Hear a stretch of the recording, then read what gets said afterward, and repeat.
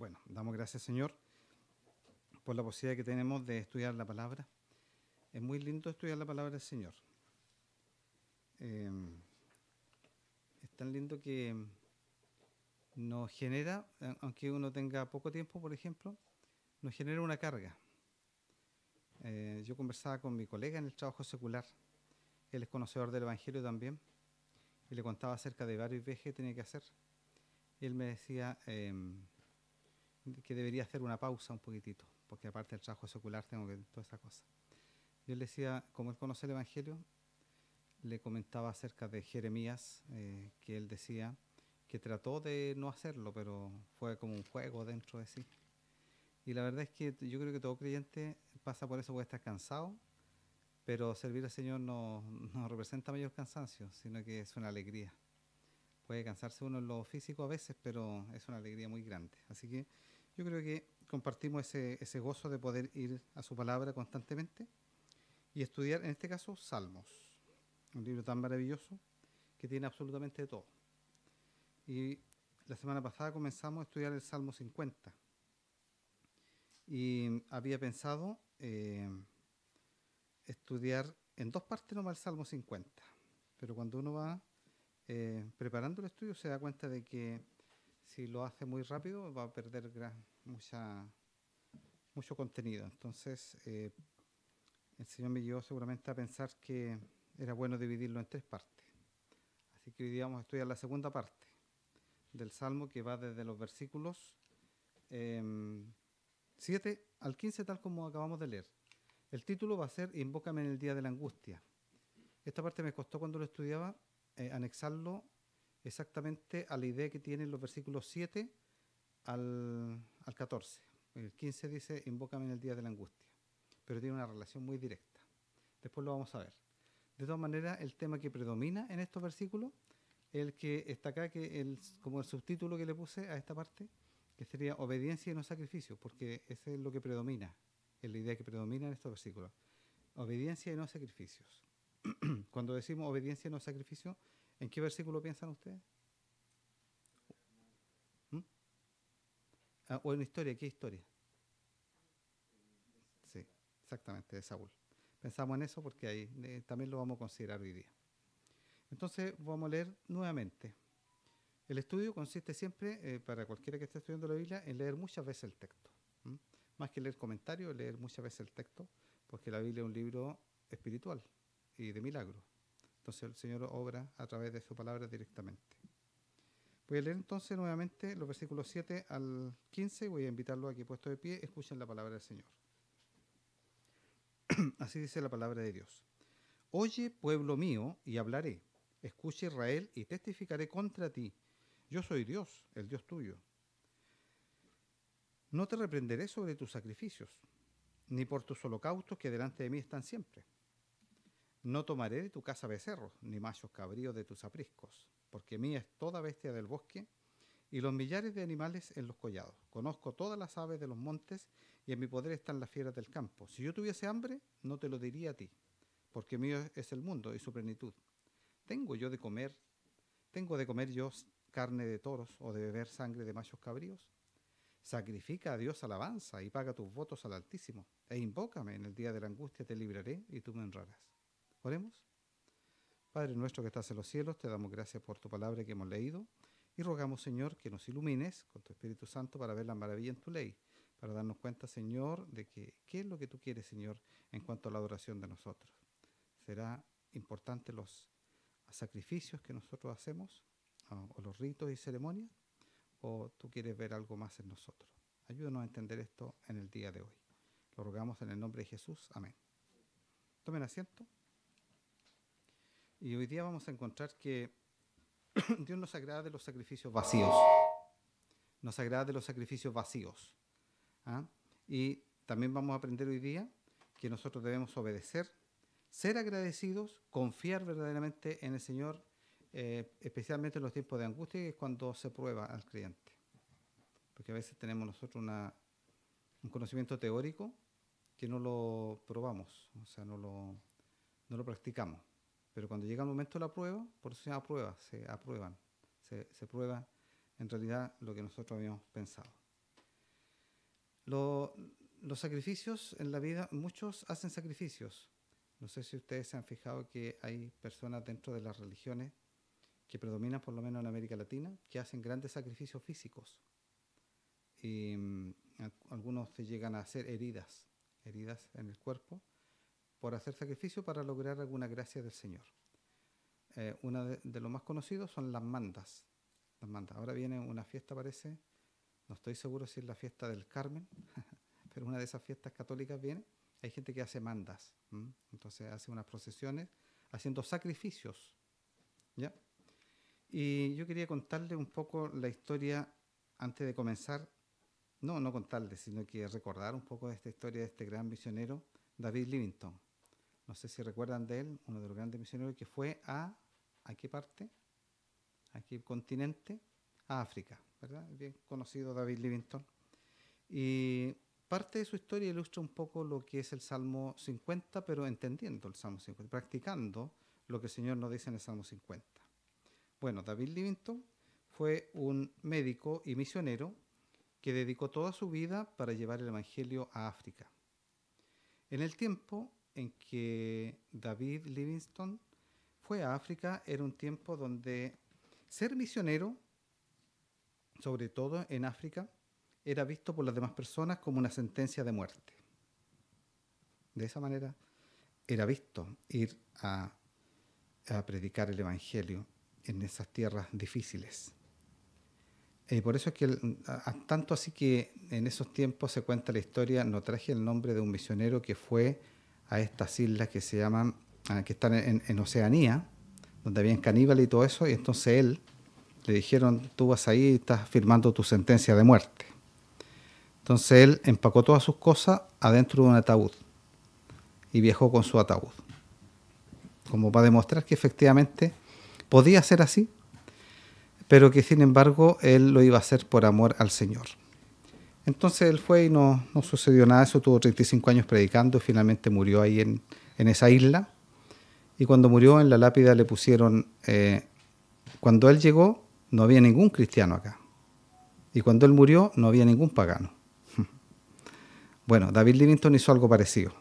Él sufrió enfermedades, soledad, la muerte de su esposa, uno de los hechos más conmovedor y triste de su vida. Sufrió hambre también, e incomprensión de muchas personas, incluso de las iglesias que lo habían enviado. Pero a pesar de eso, él nunca reclamó algún reconocimiento para él. No le interesaba. Y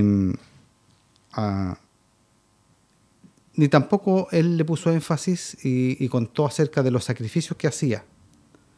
Los hacía de forma secreta.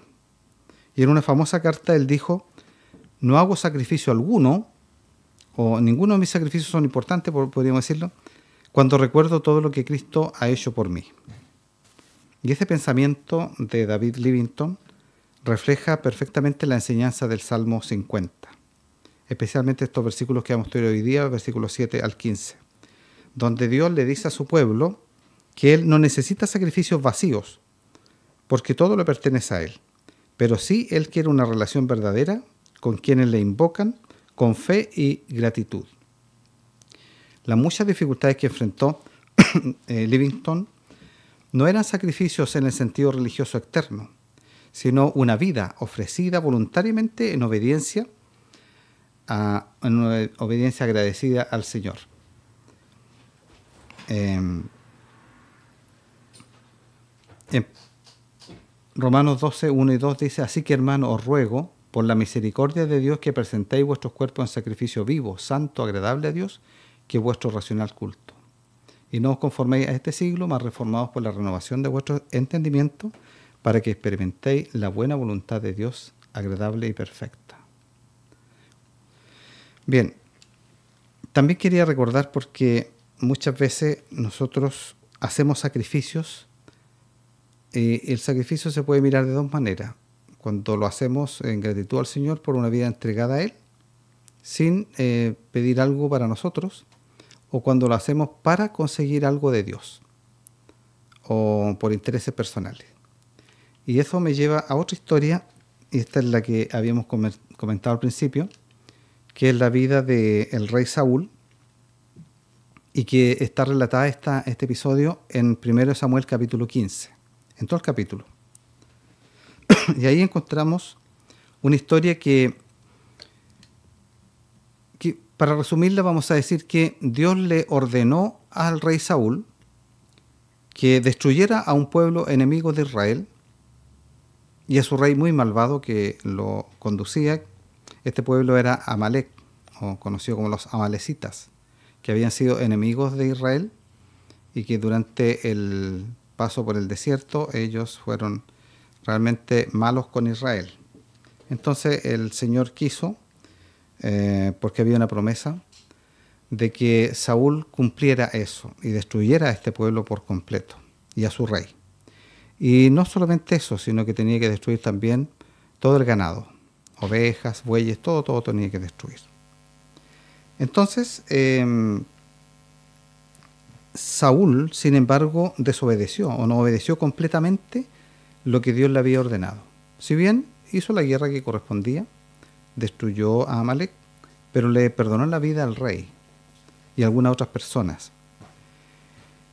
Y también permitió que todo el pueblo guardara lo mejor del ganado que habían conquistado. Y la excusa que él daba era una excusa bien interesante. La excusa que él daba era: lo estoy guardando para hacer sacrificio a Dios.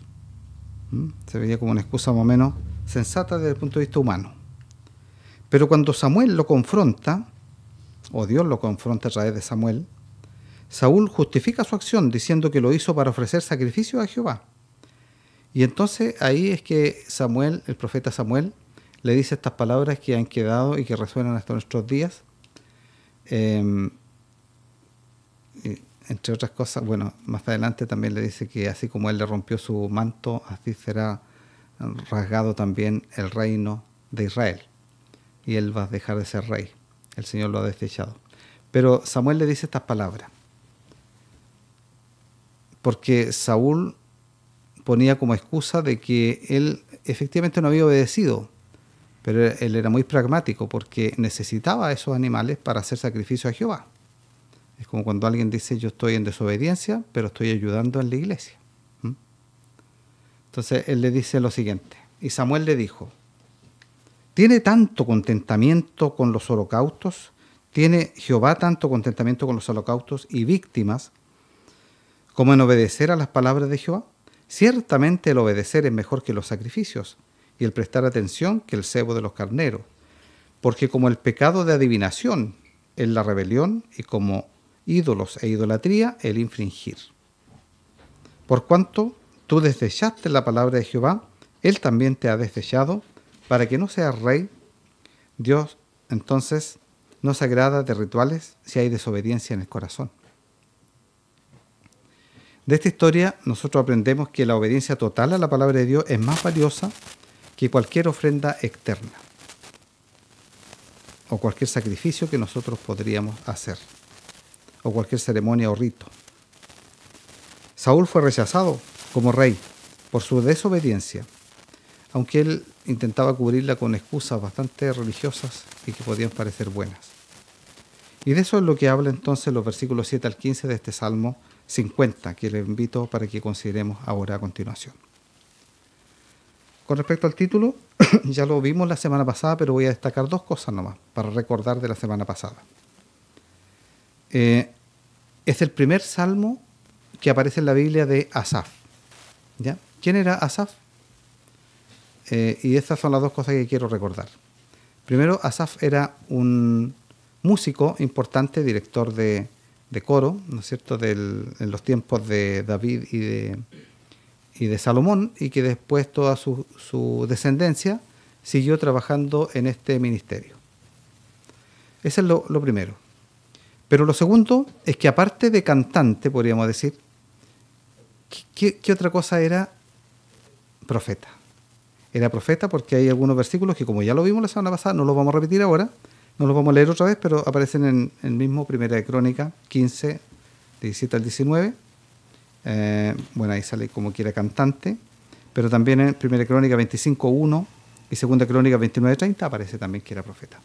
Estas dos cosas quise destacar del título porque son importantes ahora que estamos estudiando un salmo donde Dios habla en persona, como lo vamos a ver. Entonces lo que está diciendo, si bien es algo de poesía, ¿no es cierto?, y de canto, tiene entonces que ver con la adoración, ¿ya? Tiene que ver con la adoración. Pero en segundo lugar, hay profecía también en él, porque él es profeta. Veamos entonces el bosquejo que vimos la semana pasada y dijimos que podemos dividir el Salmo en 3 partes, aunque también yo les comentaba que los últimos versículos podrían ser la cuarta parte como la conclusión, pero digamos que en esta ocasión lo vamos a dividir en 3. La primera la estudiamos la semana pasada. Dios convoca a juicio. Lo que predomina en la primera parte es que Dios es el juez, que juzga a su pueblo, ¿ya?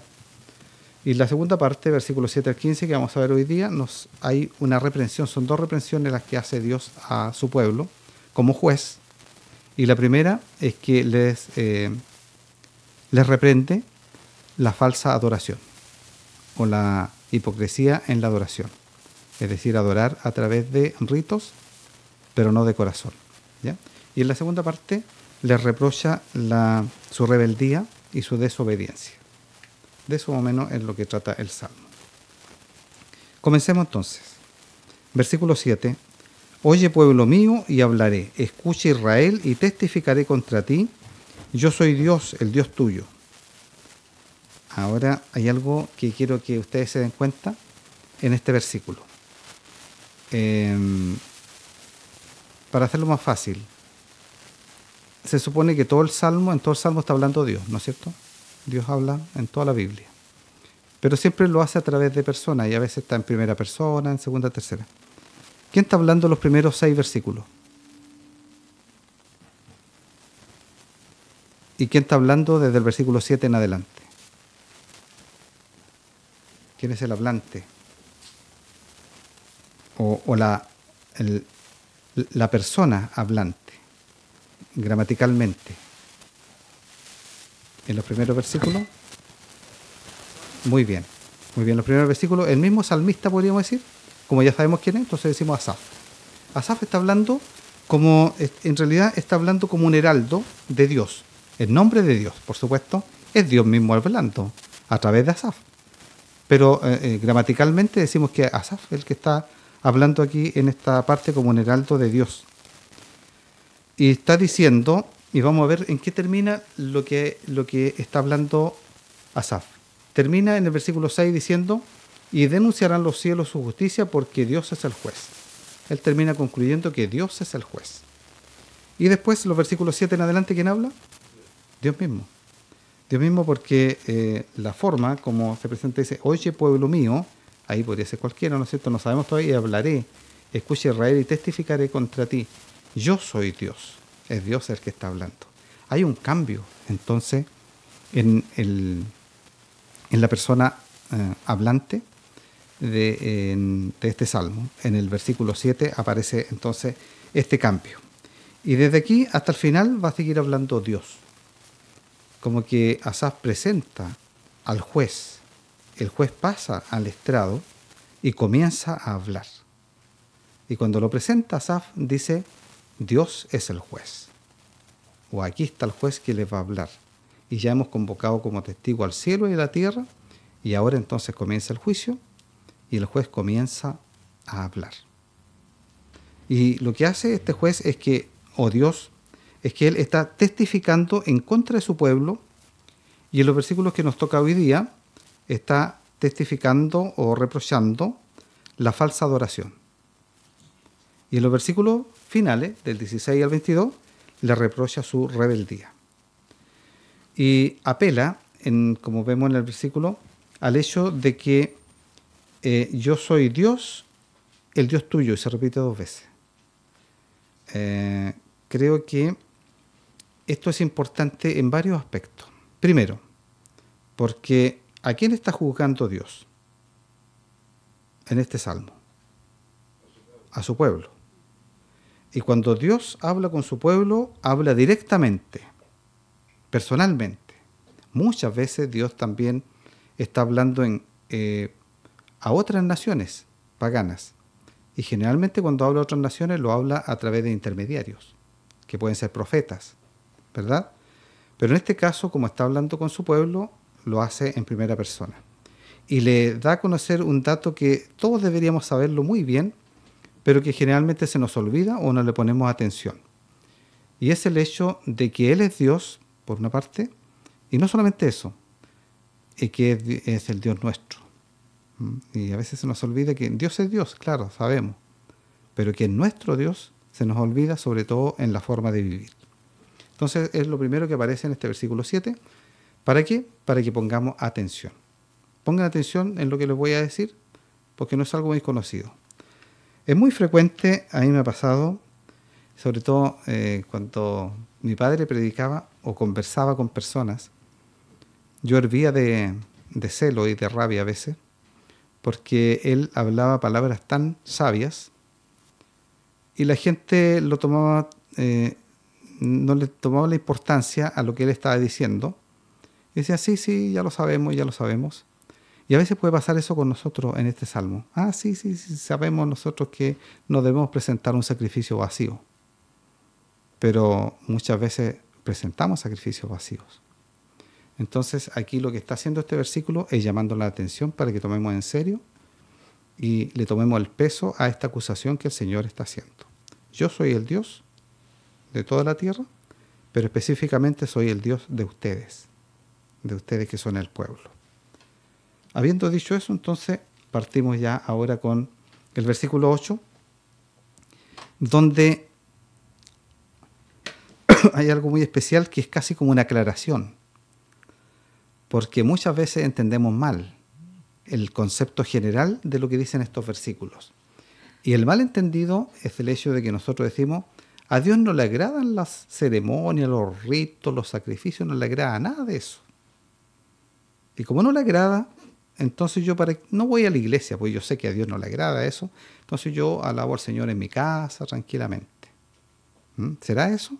Ese es el malentendido. Entonces el versículo parte aclarando inmediatamente y dice lo siguiente: no te reprenderé sobre tus sacrificios, ni por tus holocaustos que delante de mí están siempre. Lo primero entonces que aclara Dios al comenzar es que no nos está reprendiendo por los sacrificios y holocaustos. Es para evitar ese malentendido que mencionaba yo. Se entiende que su pueblo estaba cumpliendo con estos ritos conforme a lo que la ley establecía y que la ley la había establecido Dios mismo a través de Moisés. Es decir, ¿establecía la ley que ellos hicieran sacrificios? Claro que lo establecía. ¿Que hicieran holocaustos? Claro que sí. ¿Que hicieran ofrendas incruentas o sin sangre, digamos, como acciones de gracia? También lo establecía. Todo eso se establecía en la ley. De manera que no es eso lo que el Señor le está reprochando, porque probablemente el pueblo lo estaba haciendo bien.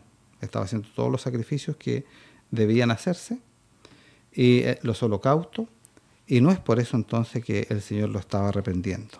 Debemos evitar el error de decir que como Dios mira solamente el corazón, entonces no es necesario muchas cosas.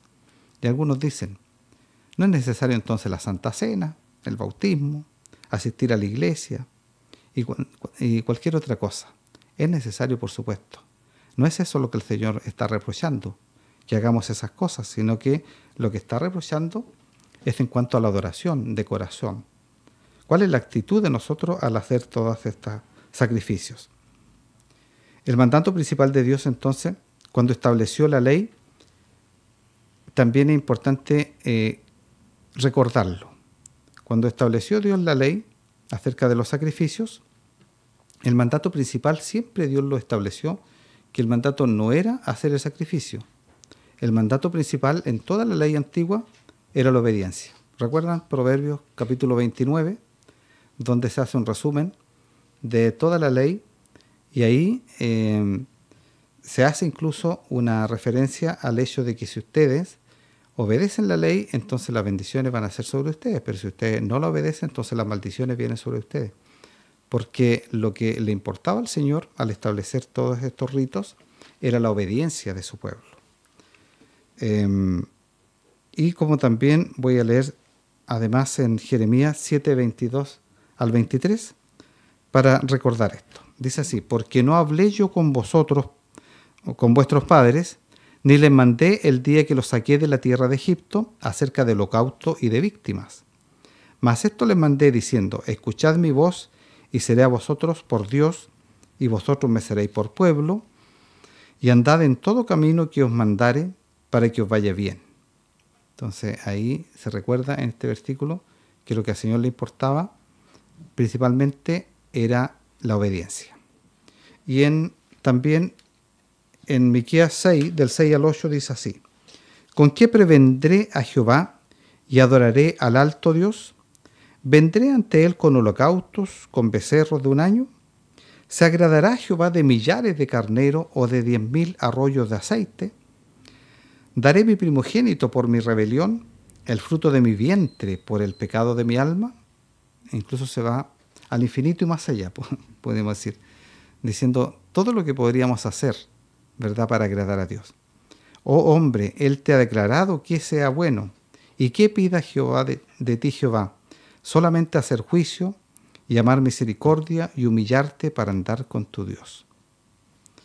Y también en Oseas 6:6 dice, porque misericordia quise y no sacrificio, y conocimiento de Dios más que holocaustos. Sin embargo, recordemos que el versículo está diciendo que no lo está reprochando por hacer esos sacrificios, que lo estaban haciendo bien. Lo que estaban haciendo mal era el espíritu que estaba detrás de la ley, es decir, la actitud del corazón de ellos, que no era la que el Señor estaba pidiendo. Así que todos estos ritos eran necesarios, pero se transforman en algo muy desagradable cuando no hay un corazón arrepentido de parte del que lo está haciendo. Y esto es importante en la adoración que actualmente nosotros presentamos al Señor también. Cuando nuestra adoración a veces es solamente de palabras, este pueblo de labios me honra, como dice el Señor, y cuando no hay un verdadero celo desde nuestro corazón. También dice en Isaías 1, del 11 al 13 principalmente, y después puse ahí también el 18. ¿Para qué a mí, dice Jehová, la multitud de vuestros sacrificios? Ahí otra vez les reprocha eso. Harto estoy de holocaustos, de carneros y de cebo de animales gruesos. No quiero sangre de bueyes, ni de ovejas, ni de machos cabríos. ¿Quién demandó esto de vuestras manos cuando vinieses a presentaros delante de mí para hollar mis atrios? No me traigáis más vano presente. El perfume me es abominación. Luna nueva y sábado, el convocar asamblea, no las puedo sufrir. Son iniquidad vuestras solemnidades. Hay que entender que en este pasaje no nos está diciendo que todo lo que la ley establecía era malo, sino que lo que está diciendo, y por eso puse el versículo 18, es que si no hay arrepentimiento verdadero en el corazón, todas estas cosas pasan a ser innecesarias, están de más y son desagradables delante de Dios. Por eso es que el versículo 18 dice, venid luego, dirá Jehová, y estemos a cuenta. Primero eso, estemos a cuenta. Si vuestros pecados fueren como la grana, como la nieve serán emblanquecidos. Si fueren rojos como el carmesí, vendrán a ser como blanca lana. De manera que esto se aplica, por supuesto, para toda la adoración del pueblo de Dios.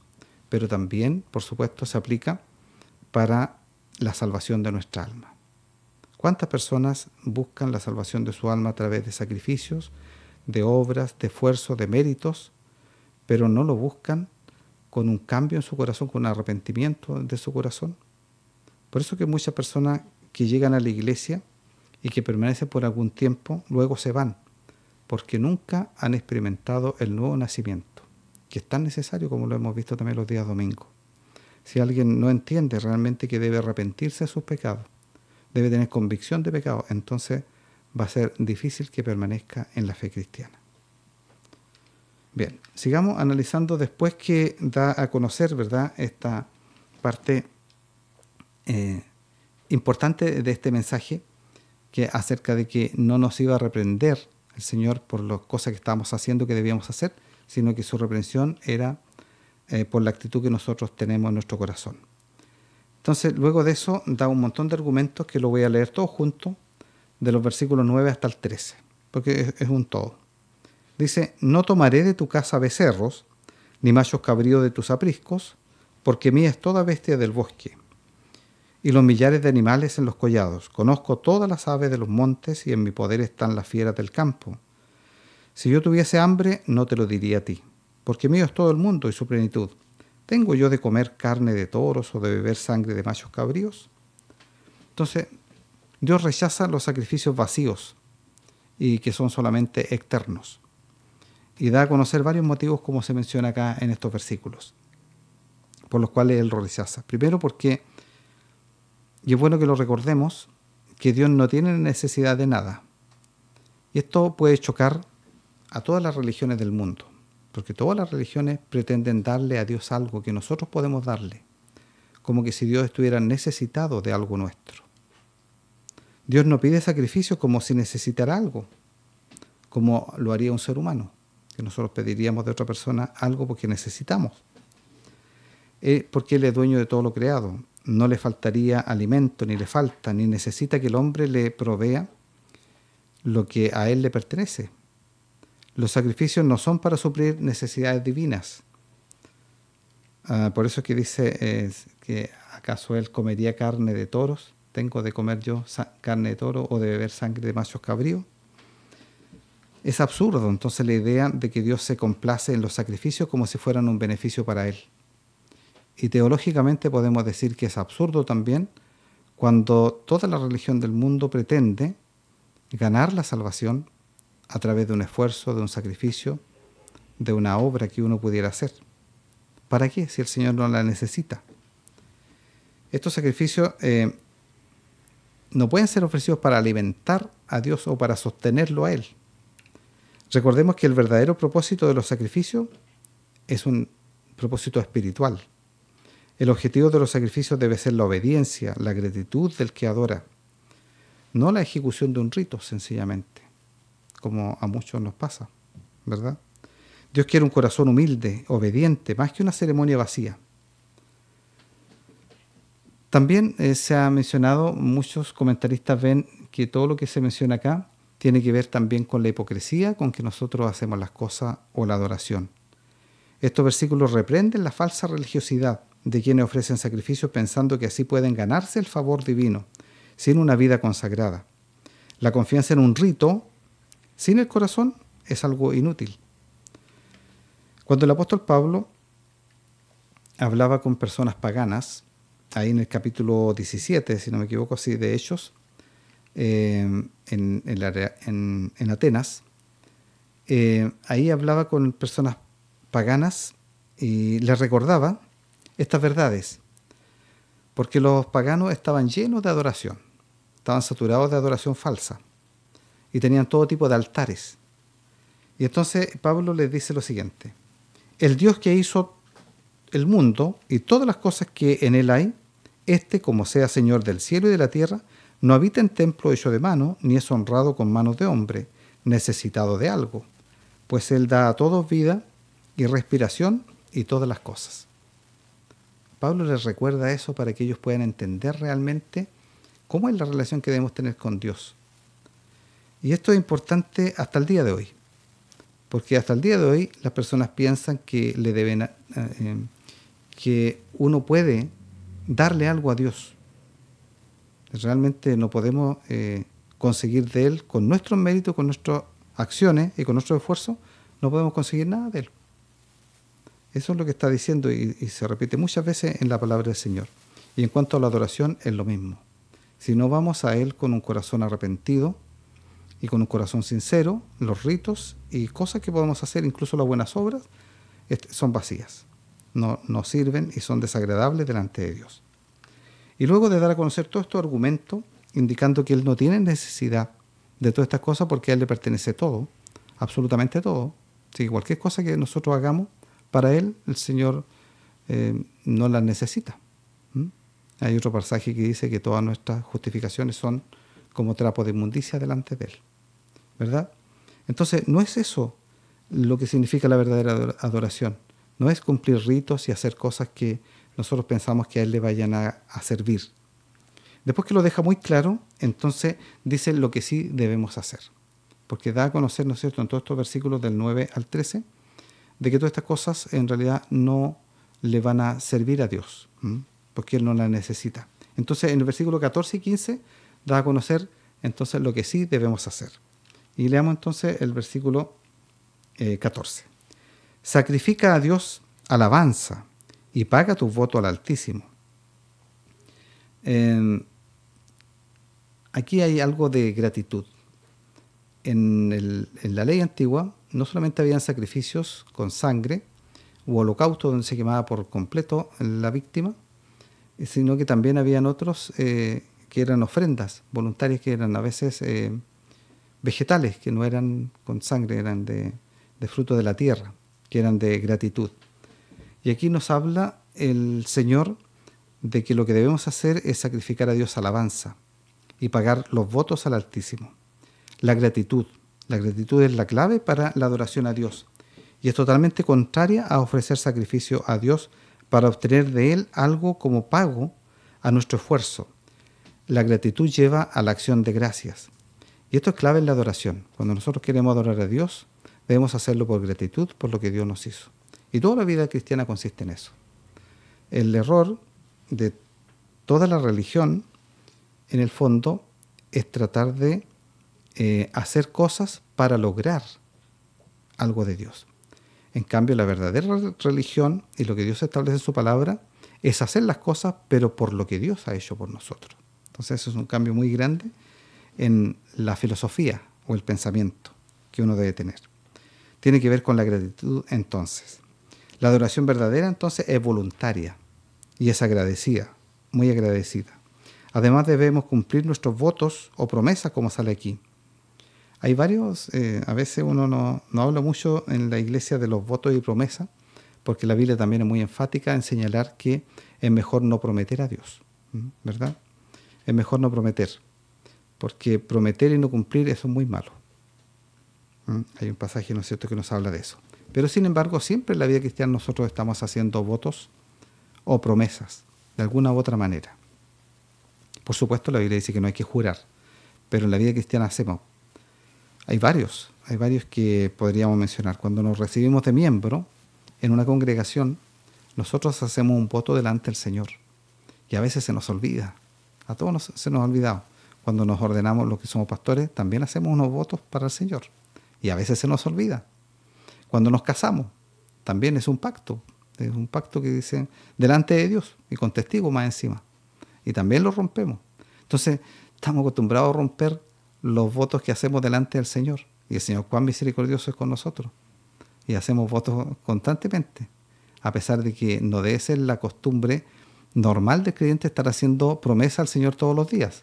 Porque muchas de las promesas que hacemos al Señor no son porque queremos agradarle a Él, sino que son para conseguir de Él alguna cosa. Y eso no está bien de acuerdo a este salmo. Deben ser en gratitud por lo que el Señor ha hecho con nosotros. Entonces, paga al Señor, al Altísimo, dice más encima, lo resalta ahí como Altísimo, para que entendamos que no es un voto cualquiera el que estamos haciendo delante de Dios, estamos haciendo un voto delante del Dios, el soberano, el juez. Bien, dice aquí un versículo relacionado, en Hebreos capítulo 13, versículo 15, así que ofrezcamos por medio de él a Dios siempre sacrificio de alabanza, es a saber, fruto de labios que confiesen a su nombre. Y de hacer bien, sigue hablando más adelante, y de la comunicación no os olvidéis, porque de tales sacrificios se agrada Dios. Otro pasaje que traje está en Salmos 116, dice, ¿qué pagaré a Jehová por todos sus beneficios para conmigo? ¿Verdad? Tomaré la copa de la salud e invocaré el nombre de Jehová. Ahora pagaré mis votos a Jehová delante de todo su pueblo. Podríamos decir, el Señor ha sido tan misericordioso y bueno con nosotros, que nosotros lo mínimo que podemos hacer es obedecerle y cumplir los votos. Sí, realmente cuando hemos llegado al Evangelio, hemos prometido seguir toda la instrucción de la palabra de Dios y muchas veces no lo hacemos. Eso es un voto también. Y deberíamos entonces tratar de cumplir esos votos. Pero no para lograr algo del Señor, sino que por lo que el Señor ha hecho por nosotros. Y finalmente, ya concluyendo esta parte, dice, e invócame en el día de la angustia, te libraré y tú me honrarás.